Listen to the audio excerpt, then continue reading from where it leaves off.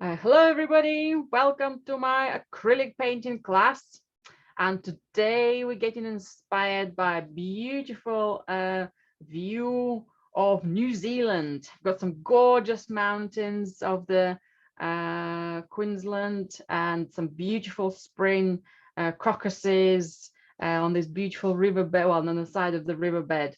And what I'd like us to do today is to explore composition. And I prepared a piece of paper for quick, kind of to produce a quick, maybe 3 or 4 sketches, mainly focusing on color and tone, or maybe just overall lay of the image. Now, if you were to look at the photograph, there are loads and loads of details of the flowers, the leaves, the rocks, the trees, everything. So I'd like us to see it more as a whole piece first, rather than get lost into all the details. So let's just do maybe a first sketch. So I've divided it with my masking tape just into 4 segments. And I have got my actual board to paint on for later on. So that won't wait for me until later time. So I'm going to use my round synthetic brush.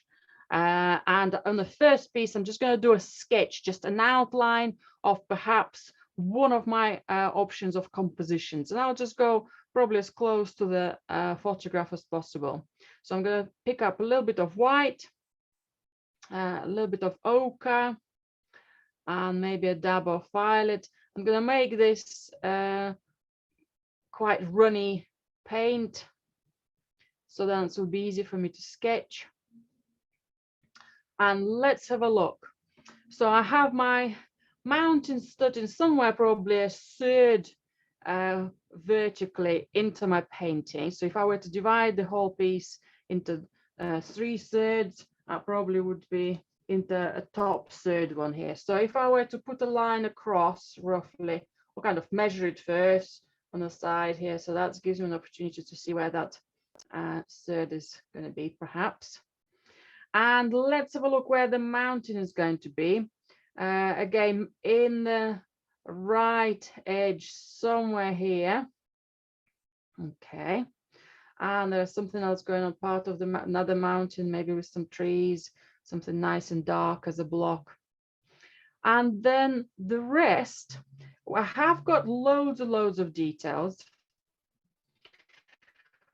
For me not to get lost, I'm going to identify a little angle for the river. So there is almost a parallel line, just a little angle to it. Okay.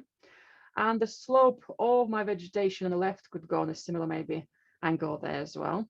And then I have a couple of islands of greens from where the flowers are. So I've got a block overall. Maybe my river will be coming a little bit wider so that I can see a bit of blue there, but that's again something I can play with. So my one island of green is going to be coming in the bottom right corner. If I'll just roughly place it somewhere here. Okay, and I've got a small little island, again something a bit more off center towards the left.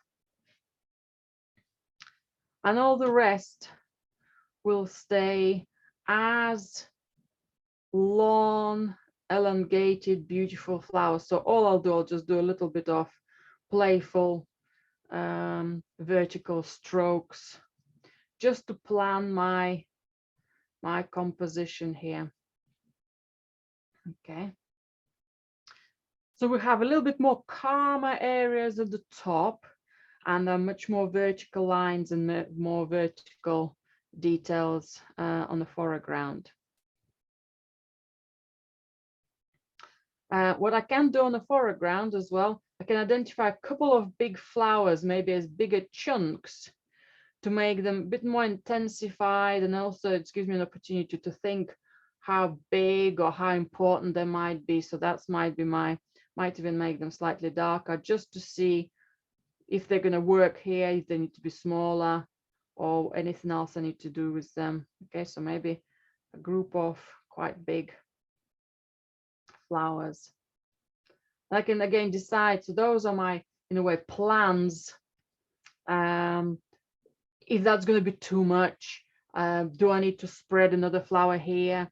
Which flowers are too kind of, maybe on the photograph there will be something inconsistent, or maybe I'll do need to bring something just to see what will work better. Maybe I can put another flower somewhere here. There is one a bit more higher, but I think if I'll put mine a little lower, maybe it will be a good idea. So they look a little bit strange and weird at the moment, but just gives us a little bit of that extra planning. Okay.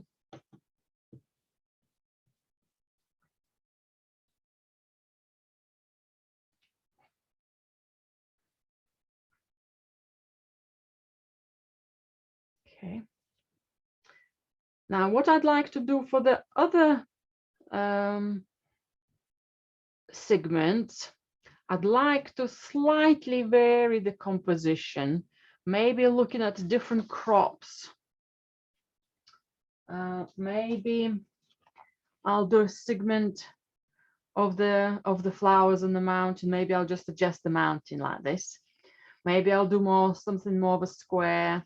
Maybe I'll work into another segment and work. Yeah, I can also trim the piece from different sides.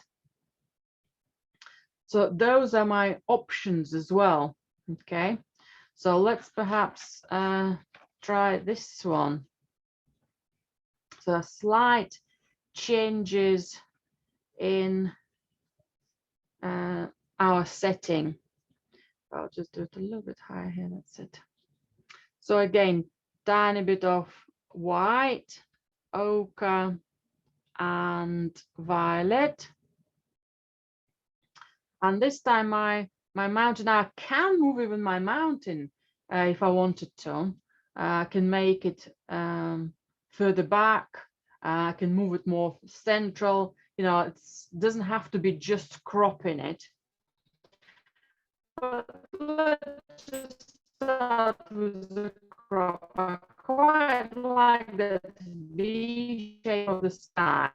So I'm going to find a bit lower, not quite maybe in the middle, but a little bit lower. And I'm going to go for that V shape of a line. And the mountain comes not all the way. Can't see that it's finishing on the right. Can't see the river there. But what I can see is those central flowers here. Yeah, maybe that diagonal of vegetation at the back. And the flowers, maybe we'll have one big flower, semi-central, with some medium shapes, and then loads of them. That green island will be more behind, maybe something here. So it's a little bit quicker sketch, but the principles of it are similar. Yeah, just linear, quick plans. And if you end up with your own designs, that's fantastic. If you follow some of the similar ideas as I'm doing here, that's all good.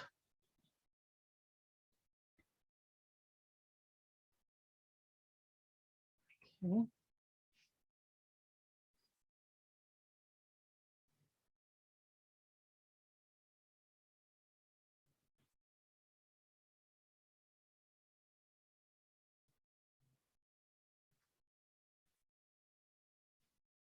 And let's have a look. Quite like it, something like this as well. With a nice edge, but for this composition I might change gently my paper. Maybe that will be something much more shorter.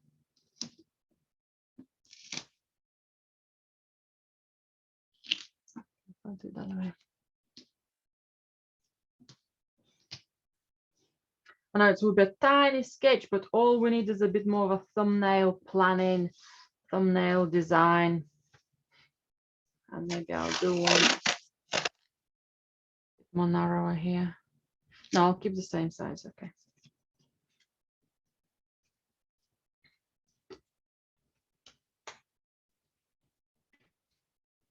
So this small format gives me an opportunity to start perhaps again with the V shape of my mountains. Okay, so now I'm not even looking for the horizon, I'm looking for how that V shape develops here. Maybe a bit more of a diagonal for all the vegetation at the back, so it simplifies even further. And then all we're seeing here is that shape of the green island and the flowers. And there will be some other diagonals of greens coming through, but the main ones will remain here quite centrally, those lovely flowers. Perhaps one of the bigger flowers will start just coming here at the bottom.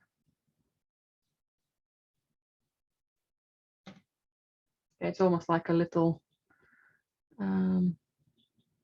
oasis of those flowers.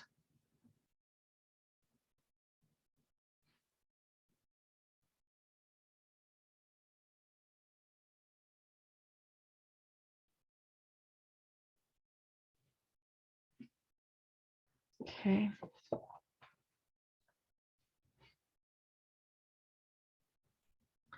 And that's quite a nice image as well.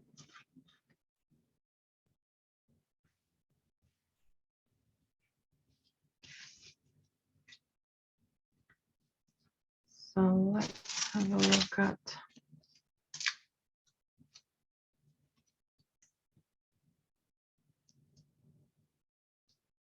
perhaps a narrow design.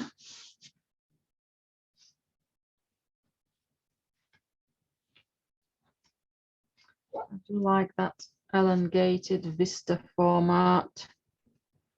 So this time it's my horizon line again, not quite halfway through, maybe a little bit higher, but I'm going to shrink the size of the mountains. So again, I'm looking for the V shape of that valley opening up part of the sky. That's lovely mountain standing out as quite a rocky shape. Perhaps bringing some trees at the back. Okay, oh, that one's good. And our diagonal was slightly seeing the river, showing that lovely patch of blue. And perhaps the flowers will be just the tops of them. Just a lovely rhythm of the flowers going up. So there are loads of horizontal development and loads of vertical rhythm.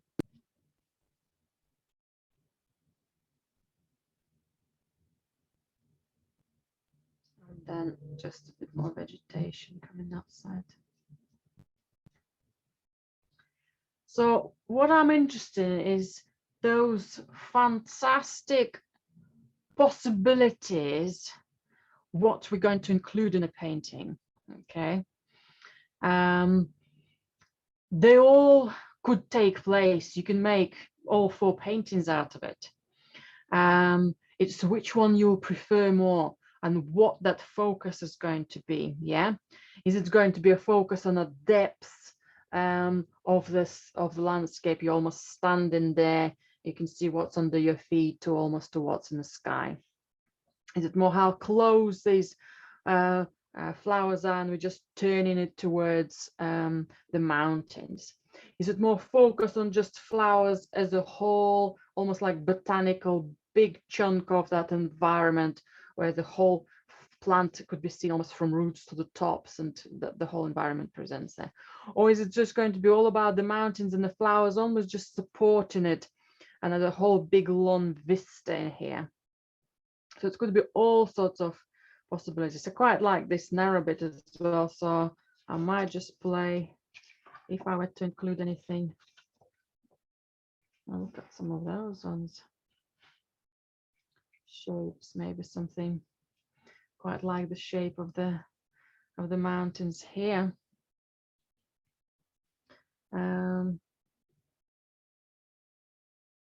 So when we pick up a view, when we on location, that's what we do.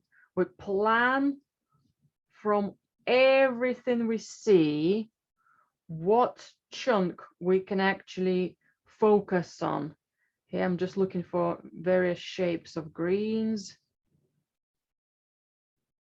and then those flowers will be framing the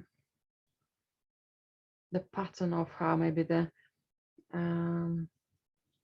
our eye will follow through. Okay, so something might be coming across here. Okay. So that's my extra little option.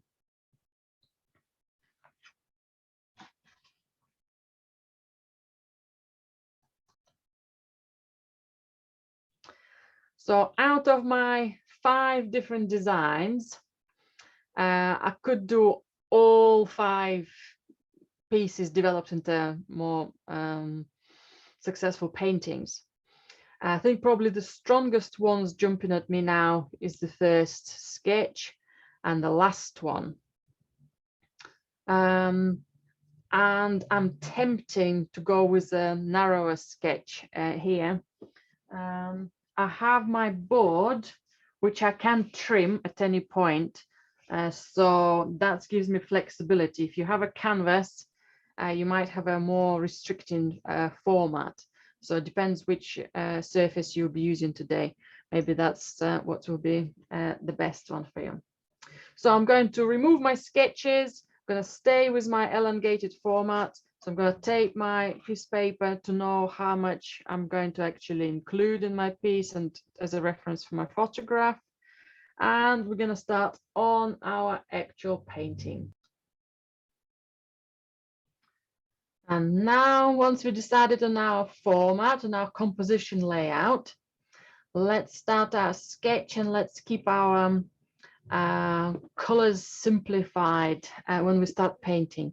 So main format, exactly the same as we've done with the small sketches, just tiny bit of white, some ochre, some violet mixed together, nice and runny, so it's easy to sketch with a brush. Okay, I'm going to look for my horizon line, which will give me an opportunity to kind of to decide roughly where the base of the mountains are going to be. I think it's going to be somewhere a little bit higher than halfway through. So a little bit higher than halfway through. Okay, to give me an option to adjust things. Now I'm going to be looking where my V shape of the 2 mountains, the V shape of the valley is going to be, so I can decide to maybe to move it where my preference is going to be. I quite like it on my sketch, and on my sketch, if I were to divide it into half here, that's probably almost a quarter, so maybe a little bit less than a quarter. Okay, so that's halfway through, that's my quarter, so maybe just somewhere here. Okay, so my sketch almost, you know, if we like something, it allows us to stick with that idea and just to replicate it. And then I'm leaving a bit of space for the sky.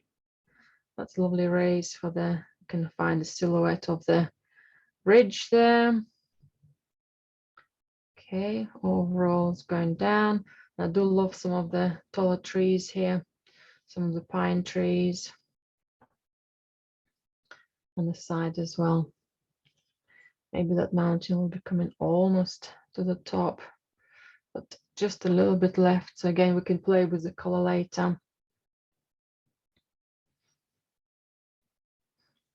I love that hint of blue of the river. So all I'm going to go for a similar diagonal, perhaps, to find how much space the river is going to be taking, or where that river bed is going to be, how much of that little bit of that gorgeous turquoisey blue perhaps going to be there.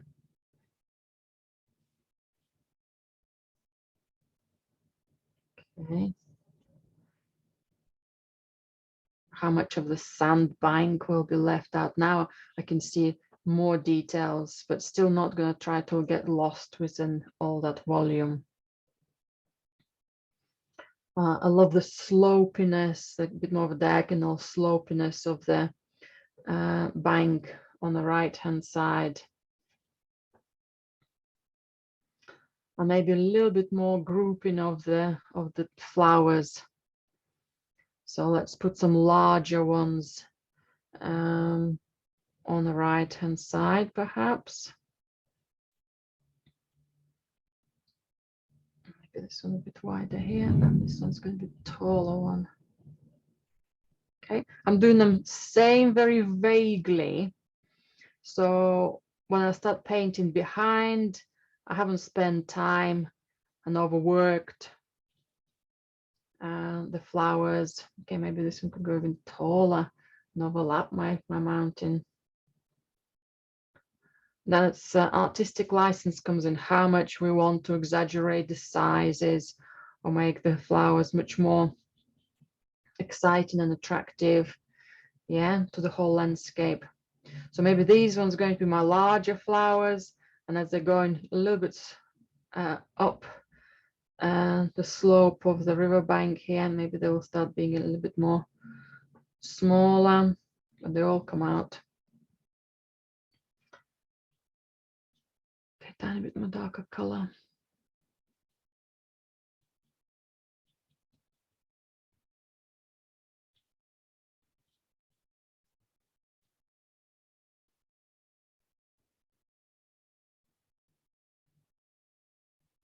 Another slightly bigger one before they get too tiny.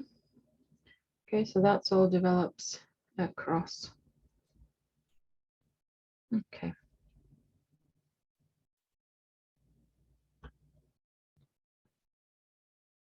So my tape is going to be the end of the painting, and the rest I'll trim off when the piece is finished.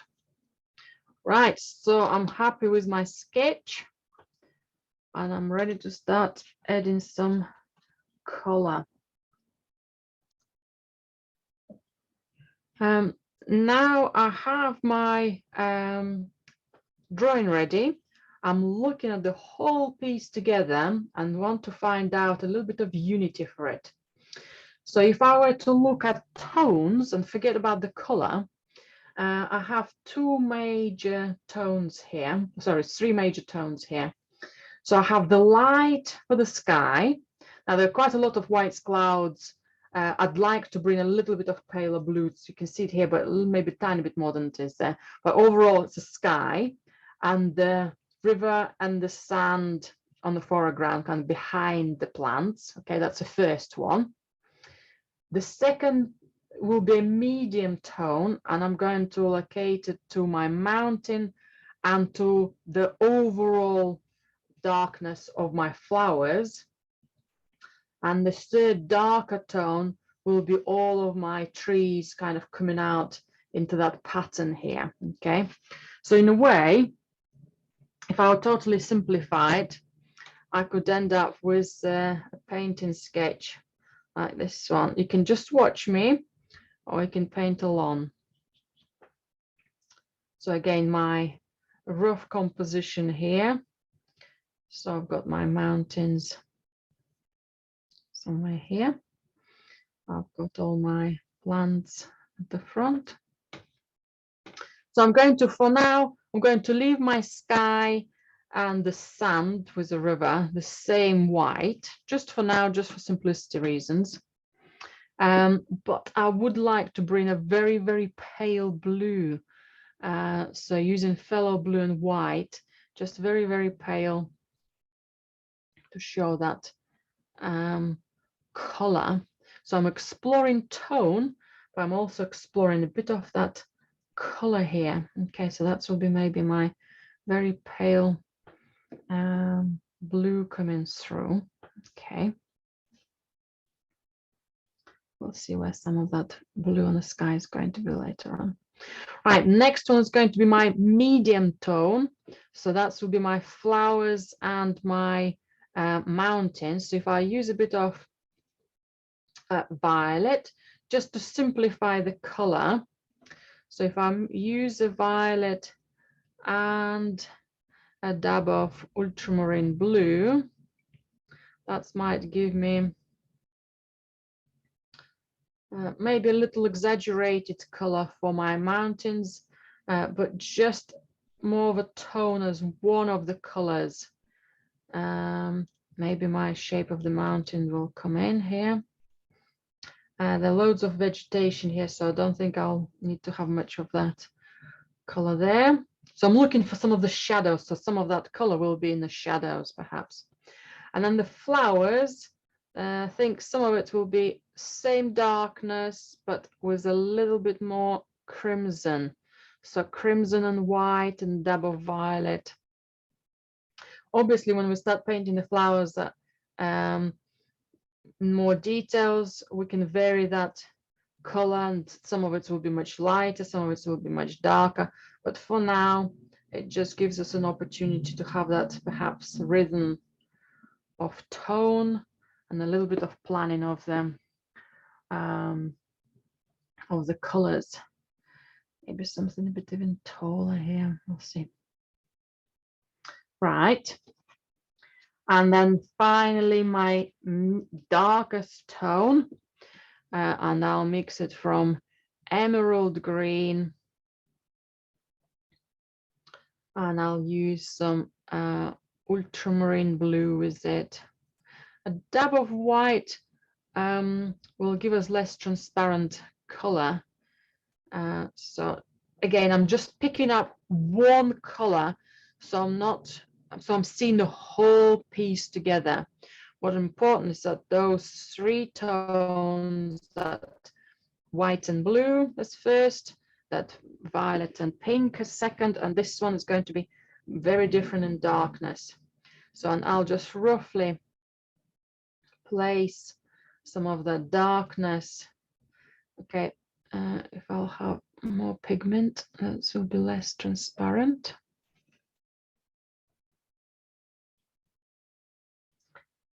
Okay, so that's going to be my diagonal.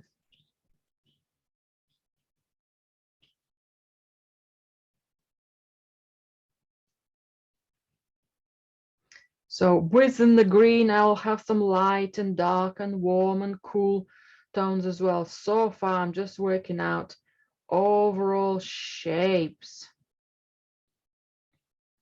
Perhaps. Okay, and what's that green is going to be, how that green is going to be traveling across. Something a bit more here, just to continue with the diagonal. These greens will be supporting my plants on a foreground. Maybe the part of the green will give me the silhouette of my flowers a bit more. If it's a little more sketchy now, at least it makes me think what that pattern of the green is going to be. Okay, and then maybe that's where, okay, maybe I've a little bit overworked my sand here. But again, that's a good planning. When mistakes are made, it means that I can come back with some of my lighter tones over this area. Let's bring a little bit of that lighter tone with a bit of a fresh white. Okay, so something a bit more here. So that's my basic tonal planning and a bit of color coming in. Okay. So again, don't worry if you haven't done it. This is just for you to look at and perhaps kind of look for that silhouette of the greens. That's what I was interested more in, yeah? To have that, what's a little bit up, what's a bit more down. Maybe there will be some trees, maybe there wouldn't be. We'll find out. Again, this is the opportunity for me to try it out. The more time I have and practice to add elements or remove elements, the much easier it is to make those final decisions. I can see I've got loads of repetition here, but again, that might be something to consolidate later on. Okay, good. Right, I think I'm happy with overall. So, looking at our painting, let's start with an overall color for our sky and the sand, but now we can play with a little bit of extra color.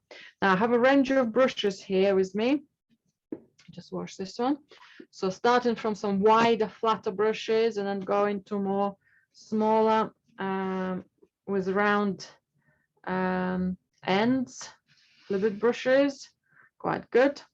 And I'm going to start with a fresh blue. I'm using a bit of white and phthalo blue, just a droplet of phthalo blue. It's going to be quite a powerful color, and a droplet of emerald green. So I'm looking for almost like a little turquoisey hint of the color. Okay, and I love that pale blue, somewhere in that valley V shape. So with the big strokes, need to make sure I have thick enough paint so it's not thin or transparent too much. Just topping up my paint. Okay. And I also, so I'm exaggerating maybe the volume of it. I can always paint my clouds over it. I want a little bit of that blue here, and perhaps tiny bit more darker blue, another droplet. Now on a larger scale work, we'll see that change of darkness of the sky. So perhaps even a little stroke at the top segments of our blue will be enough to make that variety of the blue and variety of the depth within the sky. Might just do something here. I might end up painting over it, but just in case, if I will have my clouds a bit more transparent, I can always shrink that space. Okay. And I also love that color. So white, phthalo blue, and a bit of emerald green for the river. Our classic New Zealand river, which has loads of turquoise color. Now I have big shapes of flowers on the way. Now what I'm going to do, I'm going to paint partially over them, or you can just paint over the whole area. It's much easier than to go around the flowers, plus we haven't quite identified them fully. So it will be much easier to paint just over them. Yes, so I started talking about the colors of the New Zealand rivers. Very much turquoisey color is to do with chemicals in the glaciers, and it hasn't gone too far from the tops of the mountains. So quite high up rivers have that beautiful color. And now my greens, turquoise colors become quite dark. but overall I need to keep them pale. So all I'm going to do, I'm just going to add a bit more white. And perhaps just add another little dab of light across. Maybe even let it dry. Sometimes it doesn't go overly well over the brownie violets, brownie ochre violets we were sketching with, so it's getting placed. Perhaps will need to be overlapped later on.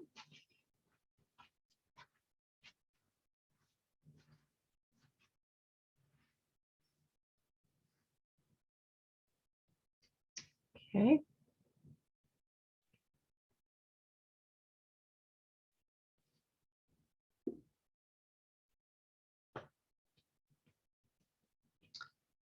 Also my blue in the distance might need to have tiny bit more lighter tone, as I was making tiny bit more darker tone higher up into the blues. I can make it very gently lighter in this valley.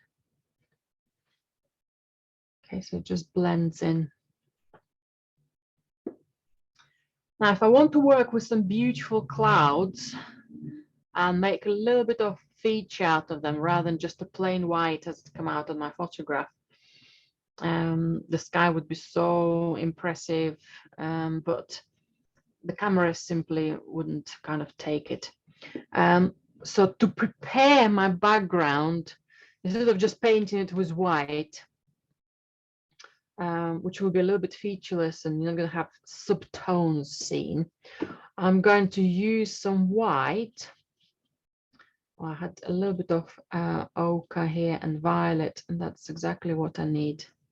Just a very light tone.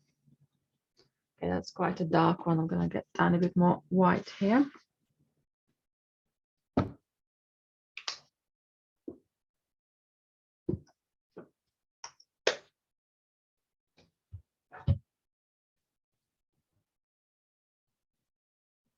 If you end up with a little bit of gray because you had a green turquoise color on your brush before, that's fine as well.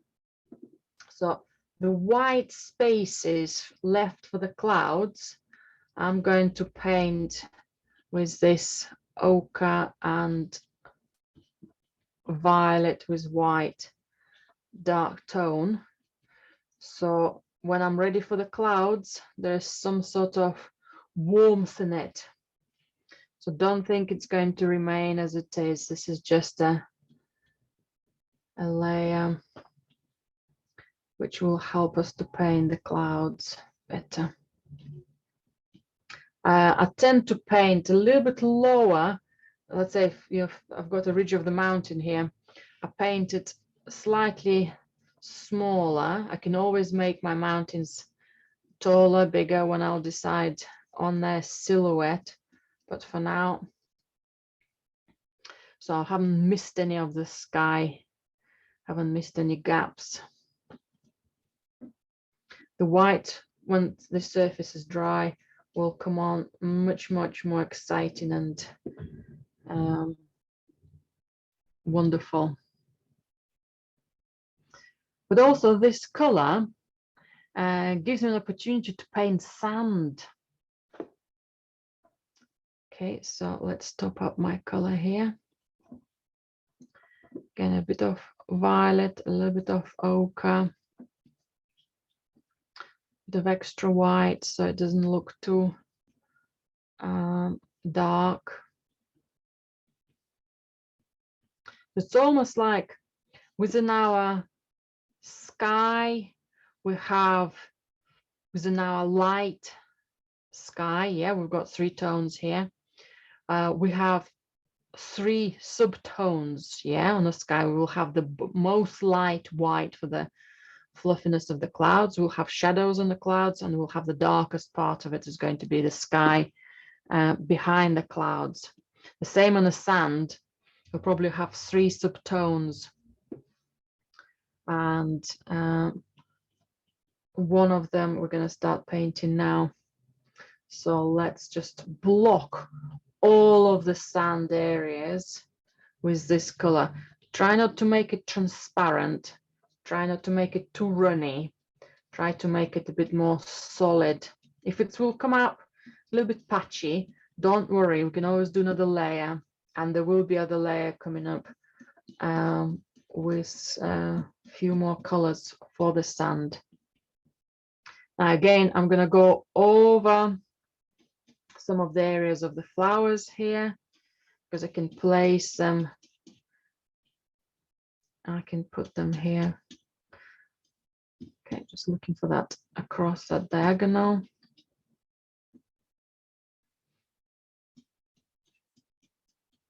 Maybe the rest will stay vegetation, and that green will be coming through. And then the other bank, the other side of the river, it will appear much darker than we want, but we can make those highlights later. Because we're painting on a white background, we're kind of building up those layers in advance.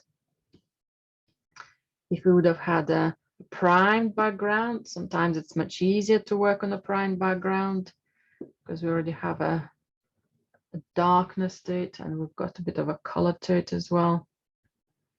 Okay, I'm much happier with that build up.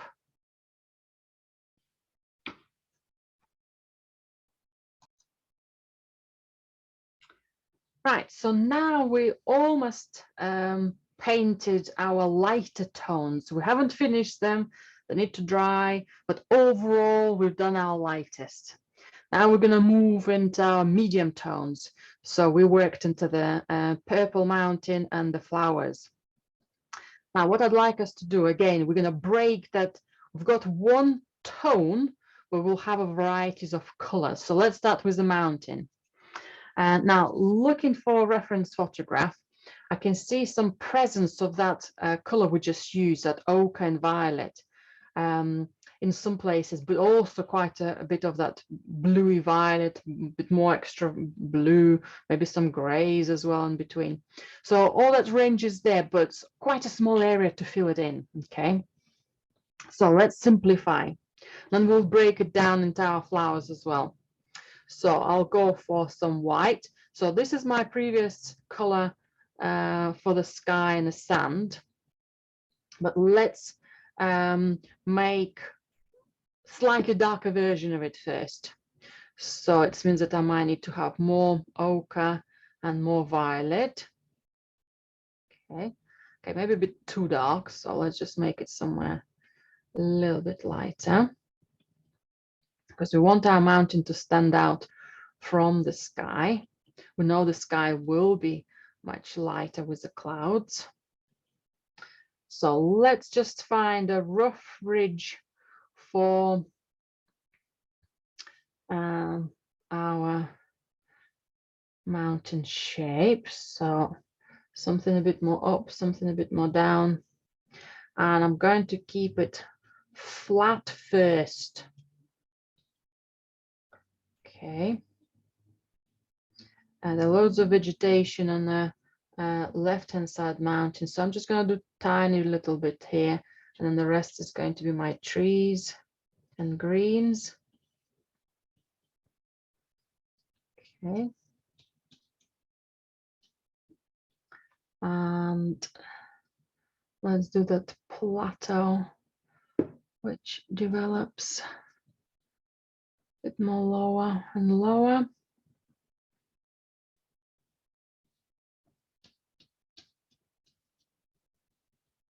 So as a block.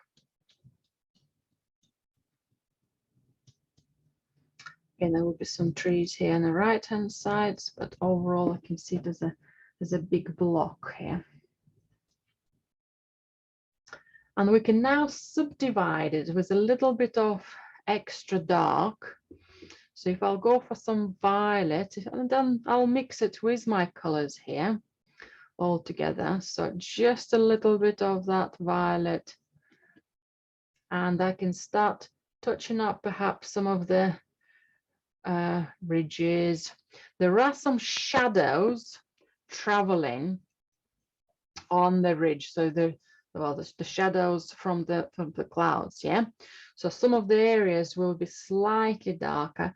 I will be building up my darks gently. So this is one of the tones starting on my, before I start doing much more deeper shadows, the sub changes of that darkness, maybe here on the side. So very, very subtle change. We can just see it, but it's not huge. Almost as if I were to preparing the areas for the further shadows to come. Okay. And then I'll add a dab of ultramarine blue, again, to the same paint mixture.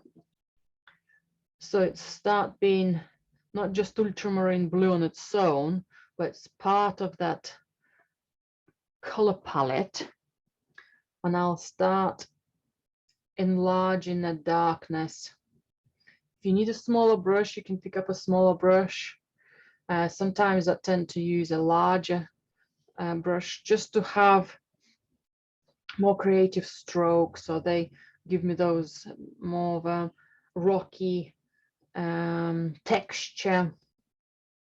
Okay, so sometimes they're a bit more blocky now, sometimes a little bit more softer. Now my paint is still a bit damp, so those colors settle gently. They're not hugely sharp because our mountain is at the back, so we don't need to have that contrast huge. If you started to have a very big contrast, maybe just mix your colors tiny bit gently, or just let it dry, work on another area. You can always come back to that segment. Sometimes it's easier for acrylics to dry, so then if we're painting something we don't like it, we can wipe it off. But also it is good to mix colors as we paint. So I'm just using the ridge, the edge of the brush to create some of the slopes where the light perhaps been touching more strongly. And again, I can add even more blue, maybe for the last touches, or maybe blue and violet together.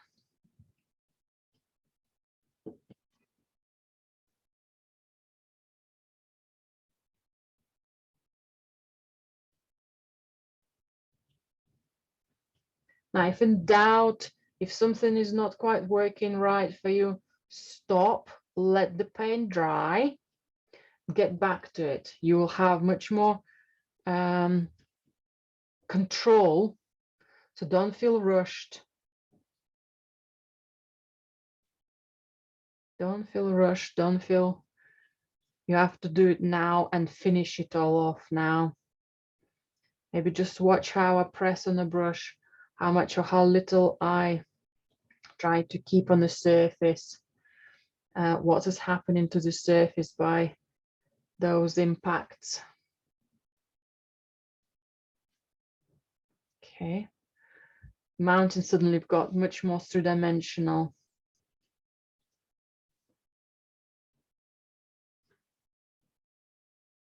It feels like I could do some highlights on it as well. So I've done my medium tones and I went slightly darker, I went into some of the shadows. But now I can touch it up while the surface is a little bit wet. I can go slightly lighter, so I can go for similar colors we just had before, white, ochre, and violet, but on the lighter side, on the whiter. If you want to make it more yellowy with ochre, could be more yellowy as well. And just touch it up very gently. I'm gonna just make sure that don't overwork it. Again, perhaps this is a good idea to do after all these layers dried. That's not a problem at all, if that will be an after. Edit it later on.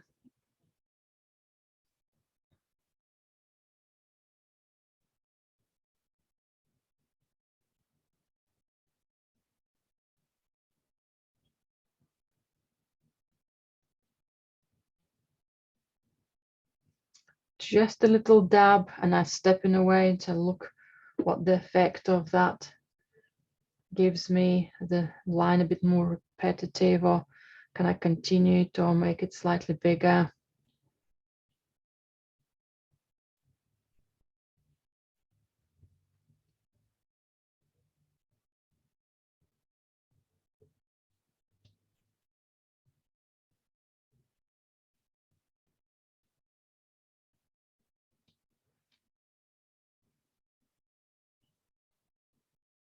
Right, I might stop at that and let it settle. So a few subtones within that shape. Again, there might be more lights when the clouds are out, much more bold and lighter. We'll see. There might be more other nuances, or maybe the opposite, maybe something will need to be softened, but our mountain is done for this stage.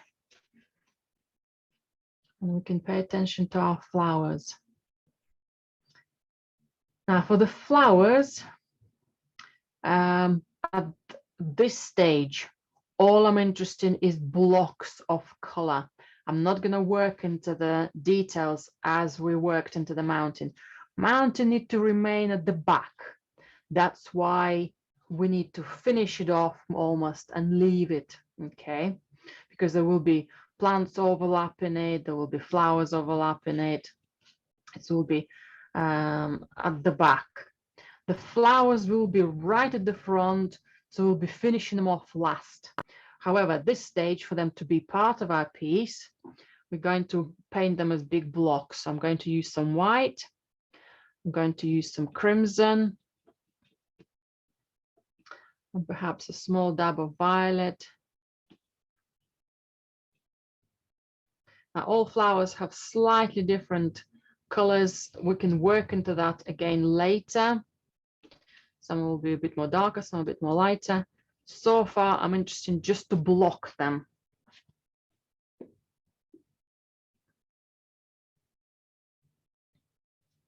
So let's have some nice chunks.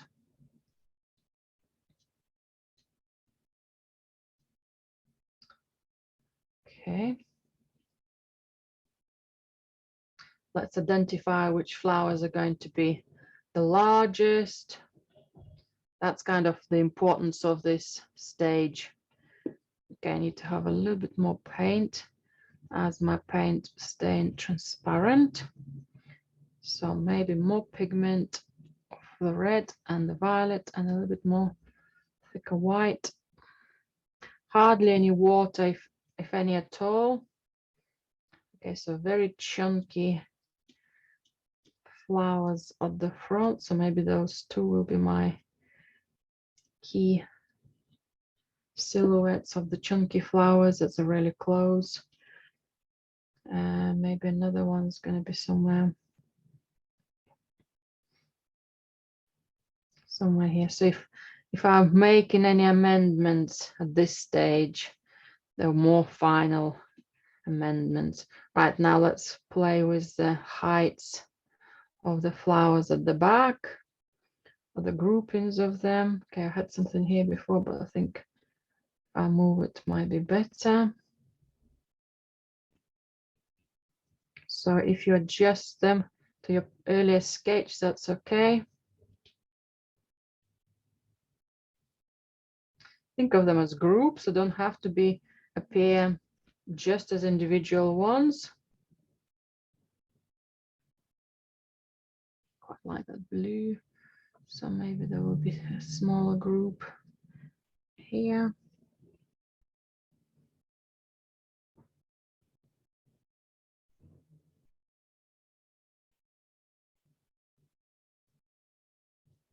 And then much smaller ones at the back. And again, this color gives us the base for the greens to go around.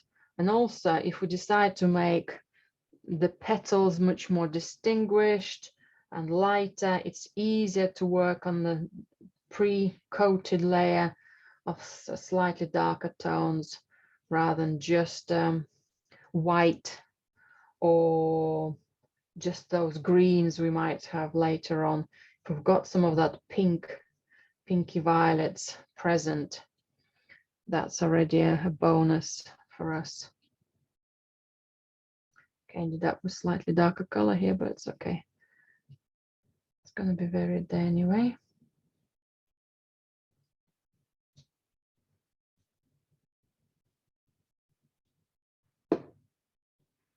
Okay, that's good. Just looking at them all as a group, and I can tweak. Excuse me. Okay, that's quite nice.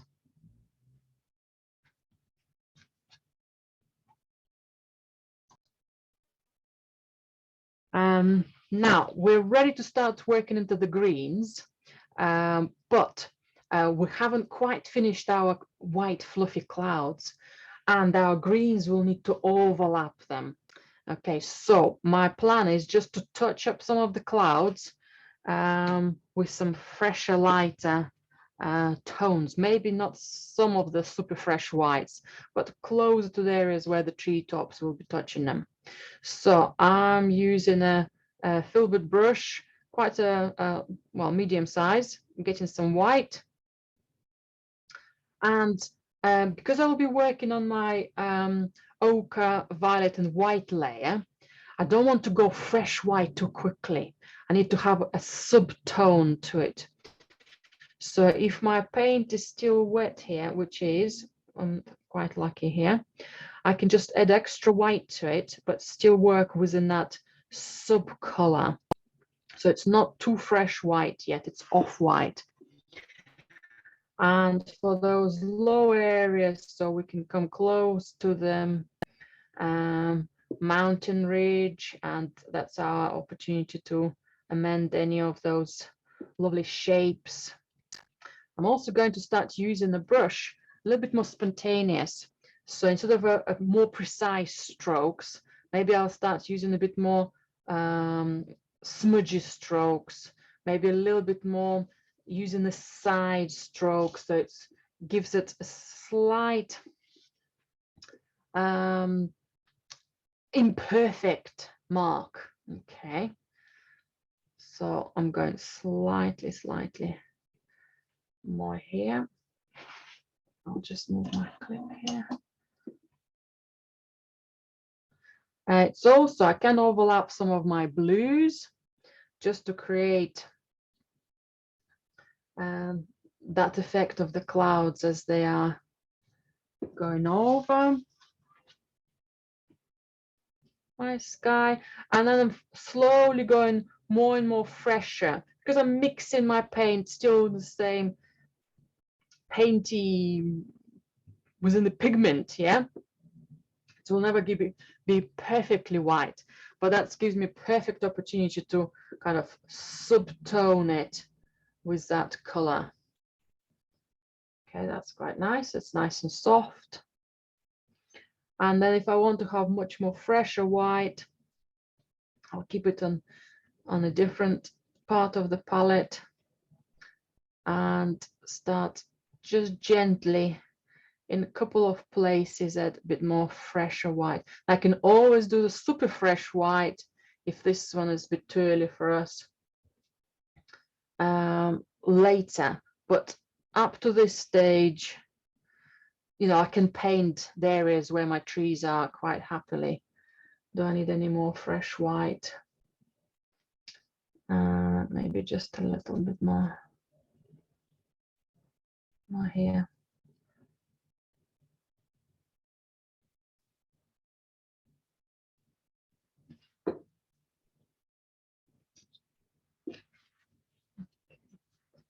Something went a tiny bit over my mountain. I can just gently wash it off. I'll let my sky be and see how things will dry. And then I can do the same with my sand. And that includes adding some lighter tones, and that includes adding some cooler tones, lighter, warmer tones. So again, similar color combinations here. I've got my white. I'm going to have a tiny bit more ochre now. Whatever left of violet is small, very small in quantity, mainly white and ochre. And I'm going to put a little bit of extra warmth into my sand. Let's just see if that's actually comes out warm. That's better. I can paint behind my flowers or a little bit over them. That's okay as well. And maybe even a tiny bit more lighter. Because once my board white will disappear and become dark, some of these areas will need to remain some of the lightest ones here for the sand. Okay, so that's looking good. Same, that light could come a little bit more diagonally across from the bank, almost as if it just the light coming behind the trees, which we can't see. Yeah, maybe how which way it's coming through. Maybe I can paint a little bit around the flowers. Okay, that's all good.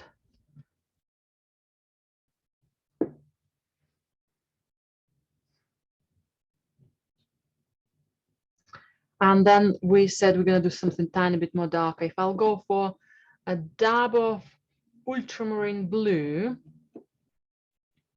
within my, so I haven't washed my brush, I haven't done anything to change the color, so maybe a tiny bit more darker.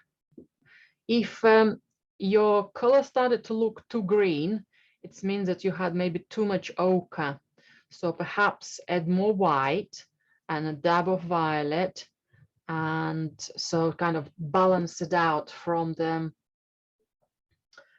greeny color. We want to have some of the shadows of the sand, not the greens themselves. Now it's a little bit hard to see where our shadows are going to be, so if we plan them roughly as blocks of darkness here, again I'm just covering a little bit of extra white, but I think there will be quite a lot of that area will be with green.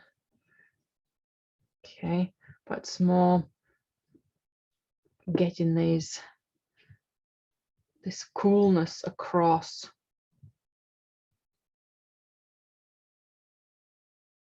I might even go across my flowers to see that direction. Okay, and they will be more settled. They don't have to be super jumpy. If there will be something sharp, which I don't think will be really part of it, you can always touch it up.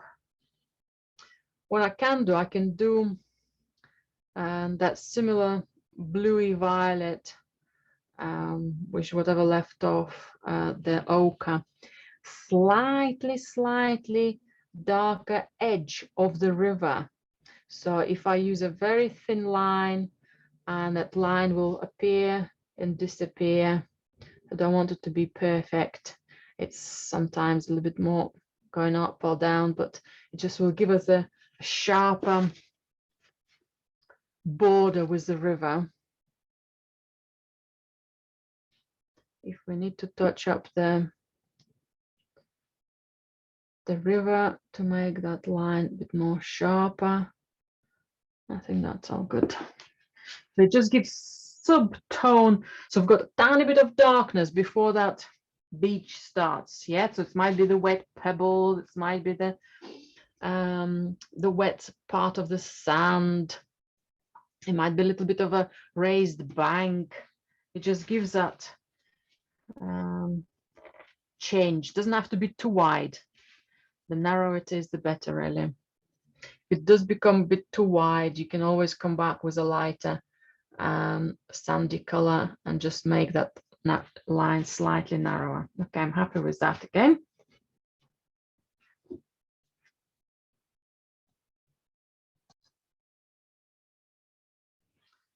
Right, now we're ready for the greens.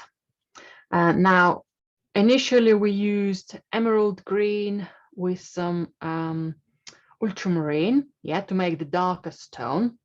Now we can vary that color as well. So we can have a cooler color, we can have a warmer color. Let's start with a cooler color and then build up the lighter, more sunnier, warmer greens. So again, I'm going to start with some white. I'm going to go for emerald green. And I need to make it darker. I'm going to go for some violet. Okay, that's quite a lot of violet, so it needs a little bit more extra green.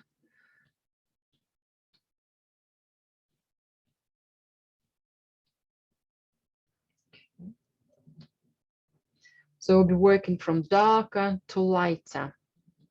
I will building up the clouds. So if we worked from a medium to darker and darker tones on a mountain,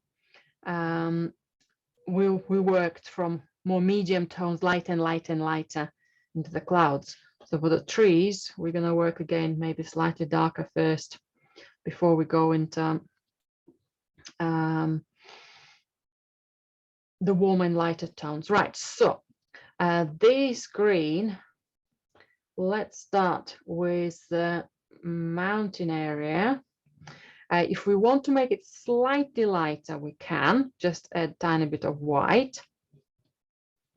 If you need to make it slightly darker, we can add or extra green or perhaps extra violet. Now I'm going for slightly lighter version of it, further away where the trees are the most far from us. That's also will give us an opportunity to have less of a massive contrast with the sky, which is super light. It will still stand out as a silhouette, but maybe perhaps a little bit more gentler. Then we can put some darker tones close by. Okay, so a little bit of that. I'm going to try to work into maybe a tree line, cover the spaces. Okay, so I'm just going doing little dabs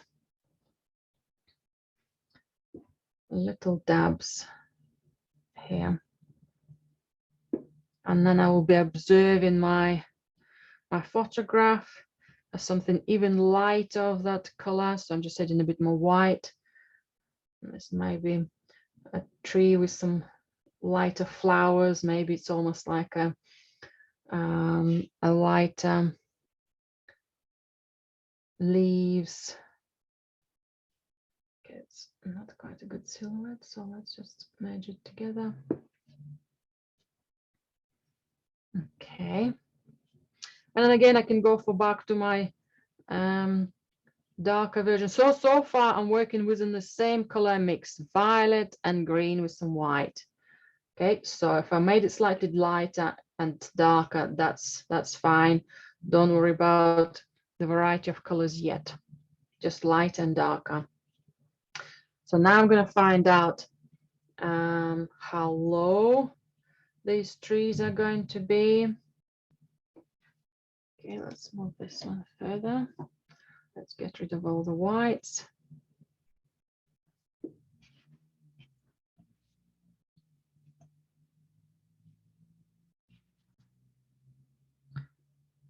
Topping up my violet to green here.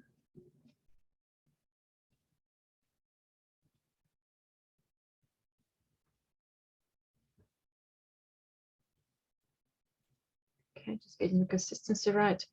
And I can see some darker greens against my mountain. If you need a smaller brush, pick up a smaller brush. I quite like working with the medium to large brushes. So again, I'm not overly focusing on the details too earlier on. I'm starting with slightly lower areas, just in case if I'll go too high. I can always make those trees higher. I'm going to try to work out some of the tips of the trees, maybe up and down.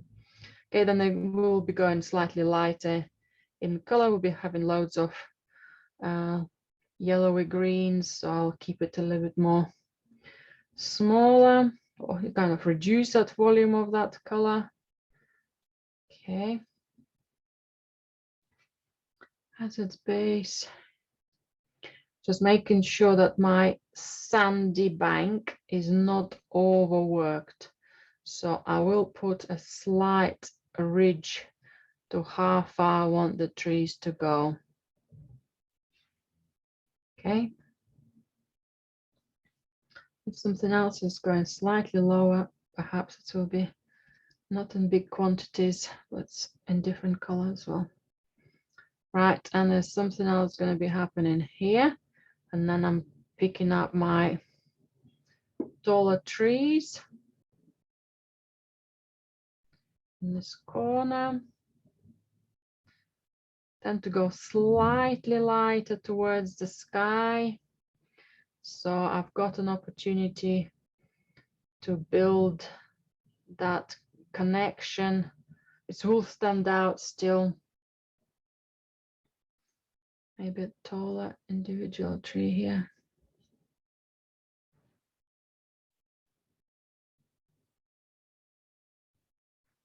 Just creating a little bit more character.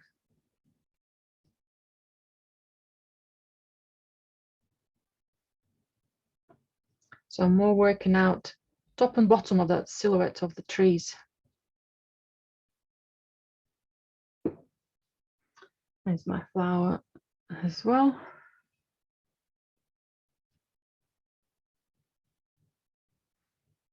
Offsetting my sandy bank. It looks quite dark and suddenly very overcasty because we haven't got any light.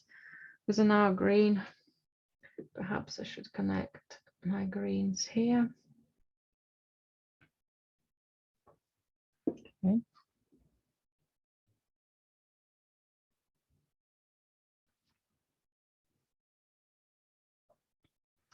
My other darker greens, I want to place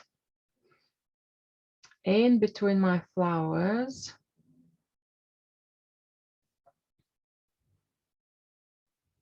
Maybe perhaps slightly lighter version of it.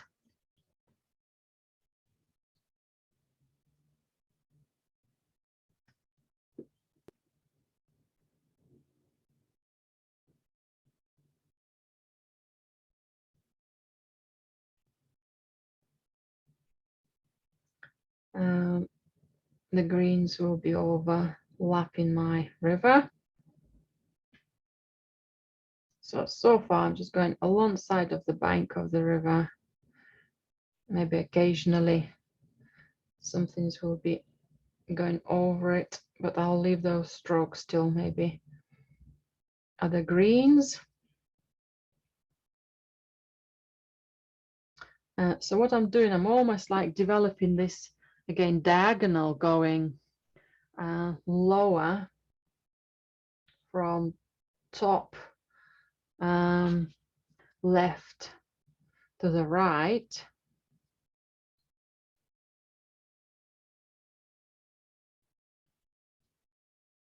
Okay. Just gives me a little bit more dynamics.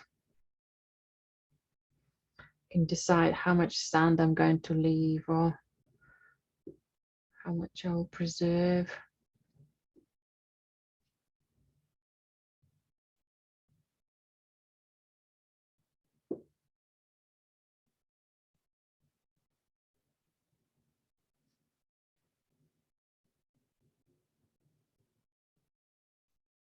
Okay, we've got a lovely bushy plant on the side here.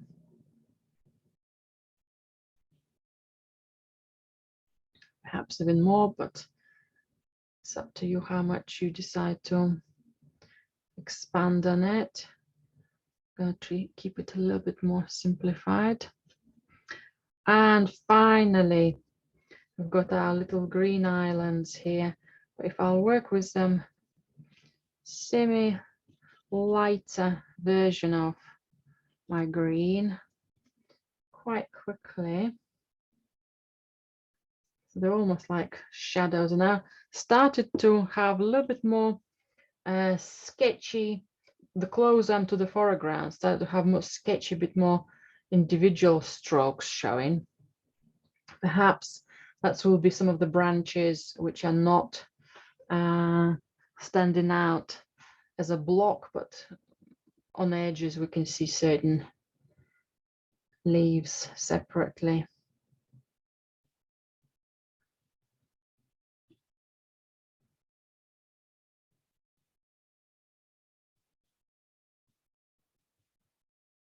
Okay, so then everything else is here, perhaps a little patchy, but we will be doing other greens over. Okay, so my big blocks of greens are now ready as well. Right, now I'm going to pick up a smaller brush and I'm going to start working out my warmer colors for the greens. So I'll have some ochre and some emerald green,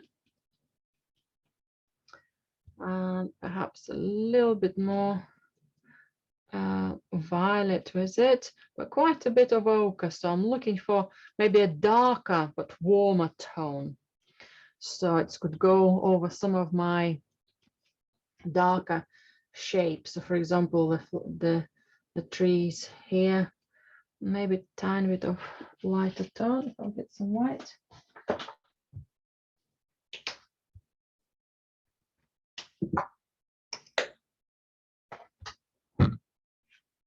So I'll start having some placements.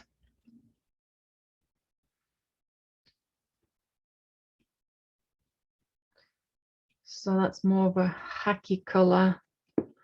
So some ochre, bit of violet, a little bit of green. So that could be one of the colors just to come on top. Now my green's more or less dry now. So I can just, you know, if I paint something I don't like it, I can always wipe it off and work on top, or let it dry and work on top afterwards. So let's find some maybe highlights on that little bush. Okay. Maybe there will be a little bit of depth to the other tree at the back.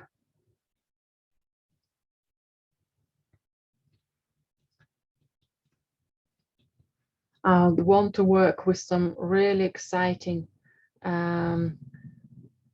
sunny greens as well, but they will need to come in maybe again right at the end.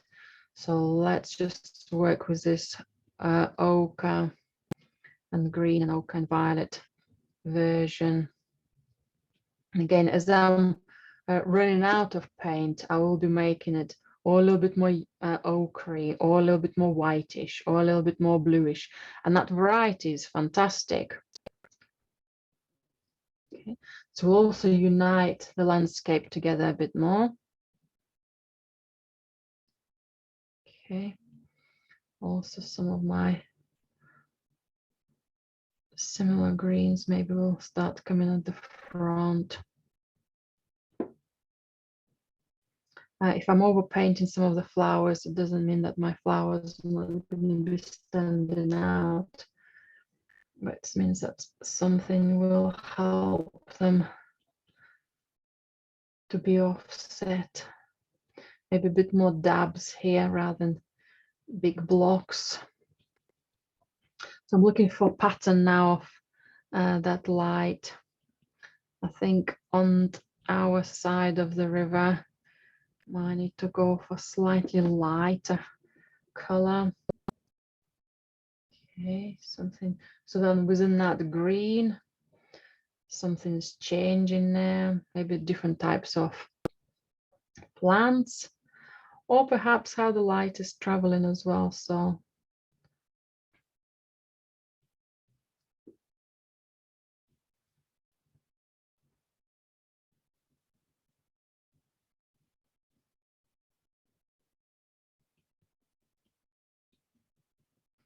we want to make lighter tones, but not overly sunny. We just add a bit more white, but we don't add any extra ochre or no extra yellow. For example, somewhere here in the foreground.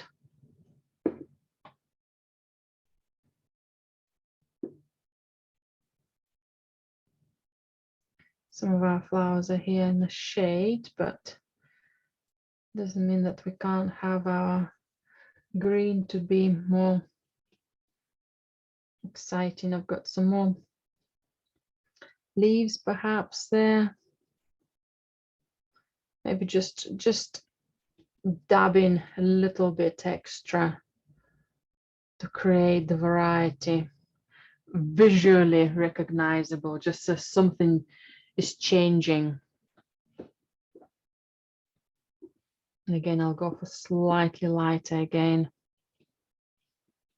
I think maybe a dab of ochre.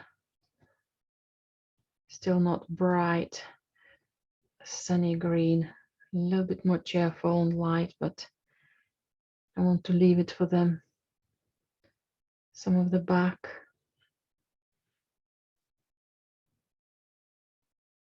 Okay, something's happening there.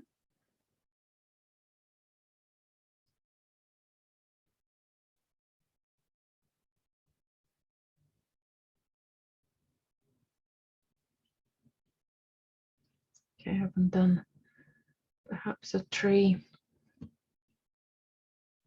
halfway through here.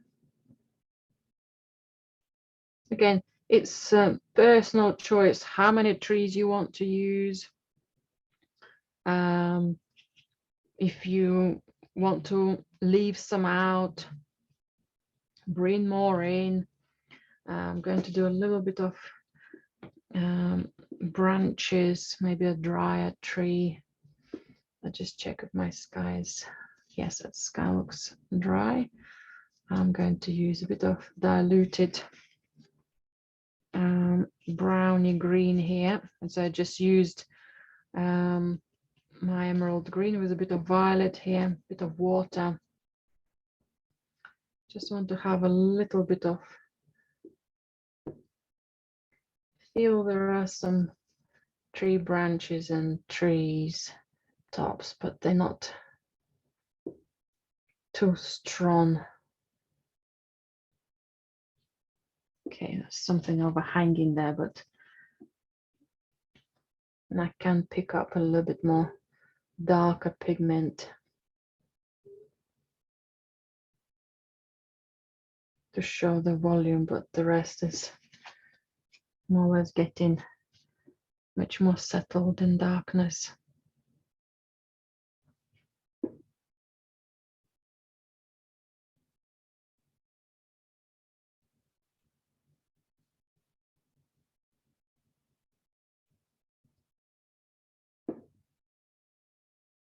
Okay, just a little bit. Oops, why did I pick up red by accident?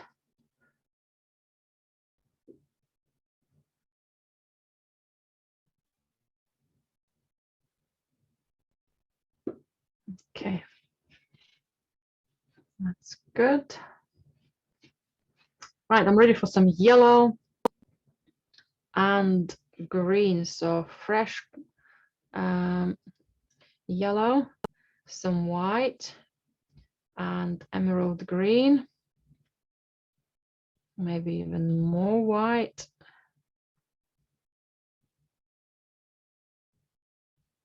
And perhaps even more yellow here.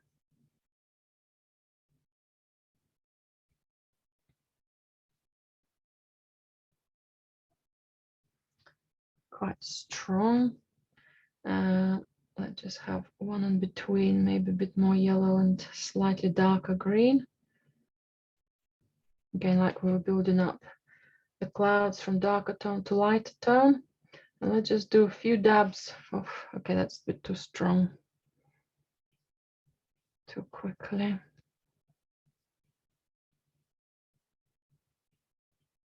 Sometimes using a bit of ochre and green is good, just almost again to prepare it so the jump is not huge and not too unnatural. I want to make a few individual trees there.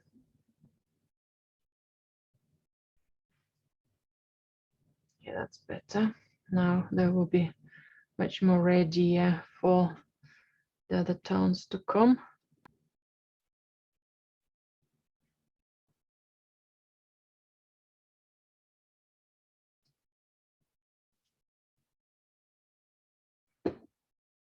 Good. Just going to again even up maybe the base of that tree line. So loads of other dark lines don't come through.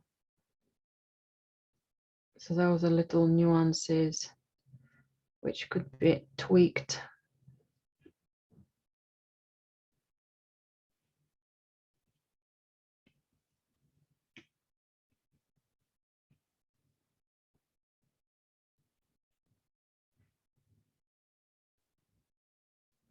Just uniting some of the colors here, right? And then I can go for my lighter green and let's make some of the trees even bolder.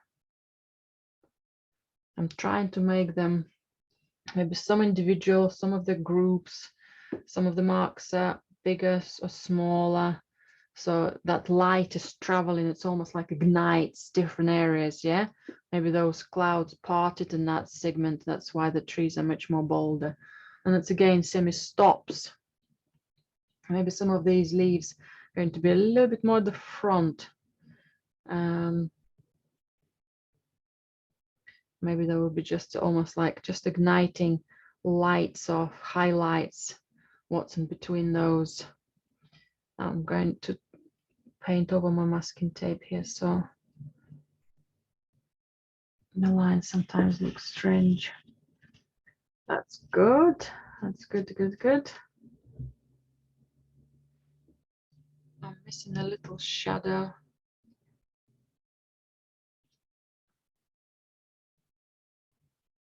Something to settle the base here.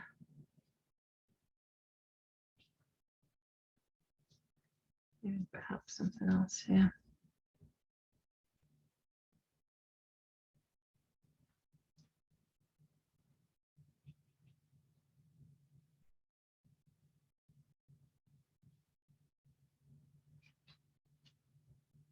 Okay. Just back to the strokes I had here before, but now it's a little bit more landed.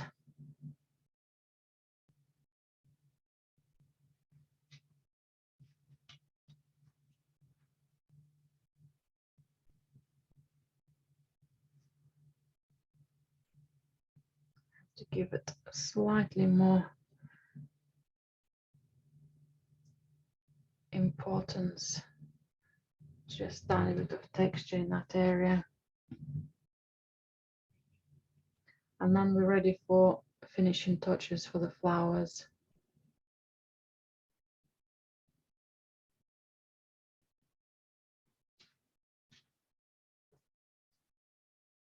Right, now I've got my flowers to touch up. And now I have a little bit of purpley, purpley bluey type of flowers, similar ones we've painted in pink, but further back in a distance. So if I were to go for some fresh white and direct violet with a small amount of ultramarine, okay, that would be a good color. And I will also have a variation for it as a slightly lighter one. I only probably need a couple of strokes of each color anyway. So I prefer starting with a little bit of darker tones. So a few very slender lines of the flowers standing far back. We can put them a little bit more over the water, over the river, over some of our grasses. And I will vary it with slightly lighter ones as well. They're kind of quite busy. There could be little strokes, there could be bigger strokes. Okay, maybe a slightly even lighter tone against the darker grass. Okay, so we've got that variety of them. You don't have to make them evenly spread. So even quantity of light strokes with even quantity of dark ones. They will be naturally, okay, that's maybe a bit too light, but that's okay as well. They'll be naturally spread. Maybe some more large even ones here. Okay, when I'm applying the color, because I'm using some light and some darker ones, just make sure that when you apply the stroke, the color is even. It's not marbly effect. You haven't got something darker, something lighter. Everything's a bit patchy, so be careful with that. I might even put some somewhere here. There might be somewhere at the back. It kind of continues that rhythm. Okay, if anything stands out too much, maybe we can always tidy up a little. Okay, I think that's looking good, and I can always look back at it when the bigger flowers are done. Okay, now my larger flowers mainly going to be in a beautiful pink, but variations of it. So I have some white, and I have some cadmium, sorry, not cadmium, crimson. My crimson, my pinky red. So let's do a tiny bit of something extra darker tones. So the color we had before, and perhaps even darker ones. So I'm using some violet with it. So it's like a deeper crimson.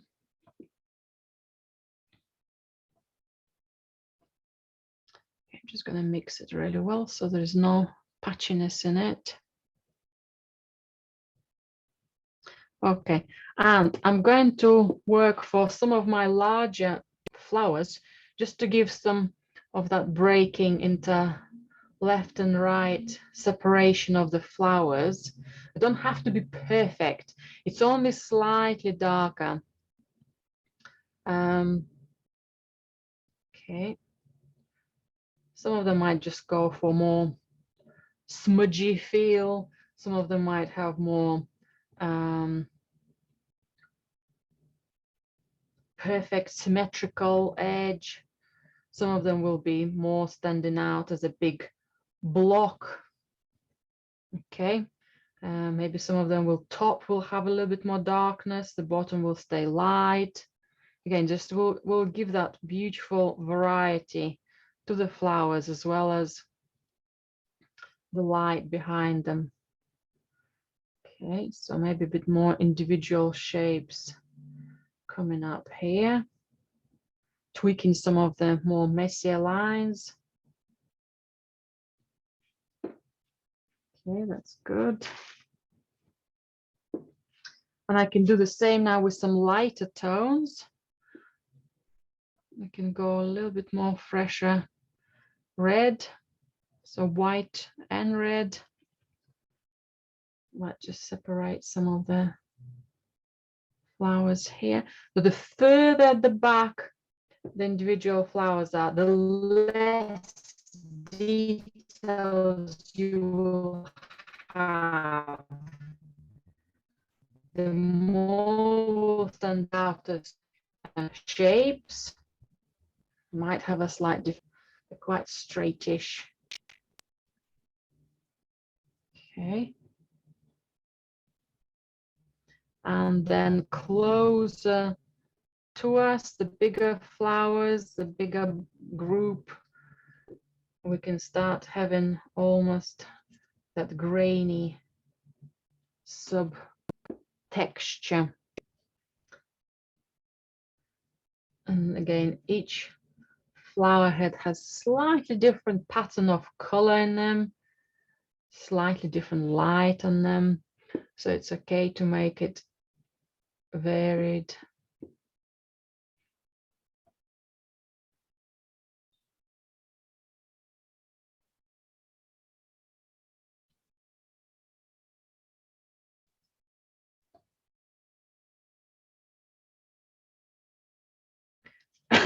Excuse me.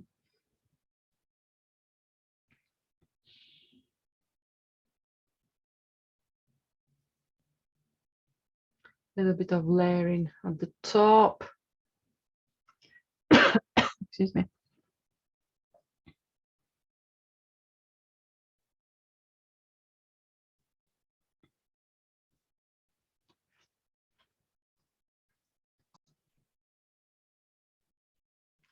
Maybe some white highlights.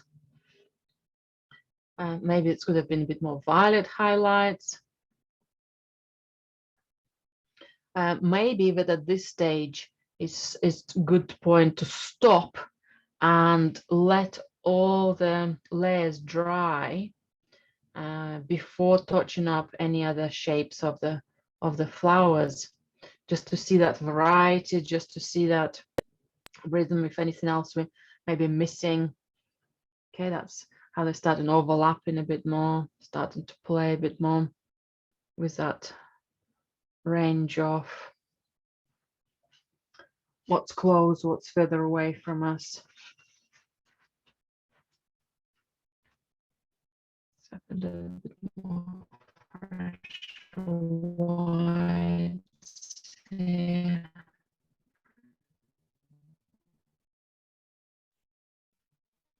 Just become less natural. So if you just go 2 similar strokes for the whole of the flower, you will start losing its kind of beauty, that variety. So I'm building them up.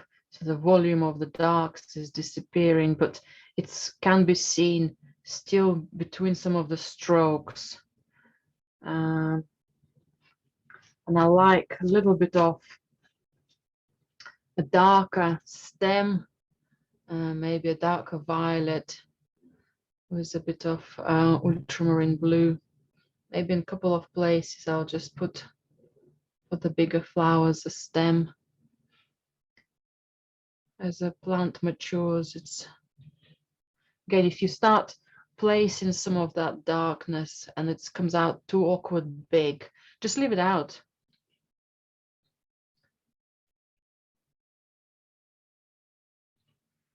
Or paint over it, or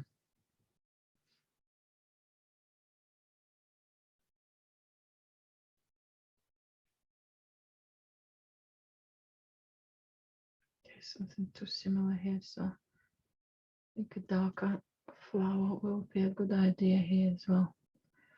Suggestion of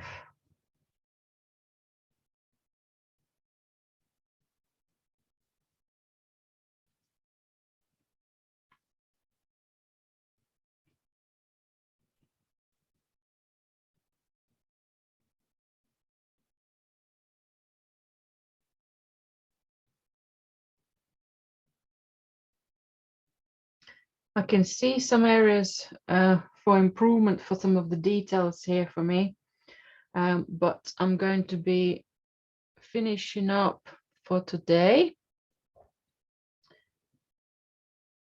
and evaluate the work perhaps tomorrow or sometime in a week when the piece is dry and I had a little better look at it. And what I will do, I want to lift my masking tape here just to see a little sharp edge for the piece, so it's not too disruptive with a broken line at the bottom. And we have some exciting light coming through. We've got some nice shadows. We've got some lovely light behind the mountain, some gorgeous colors coming through. Perhaps enough details, but not overly busy. So I'll look forward to seeing your finishing pieces, and thank you very much for staying with me today.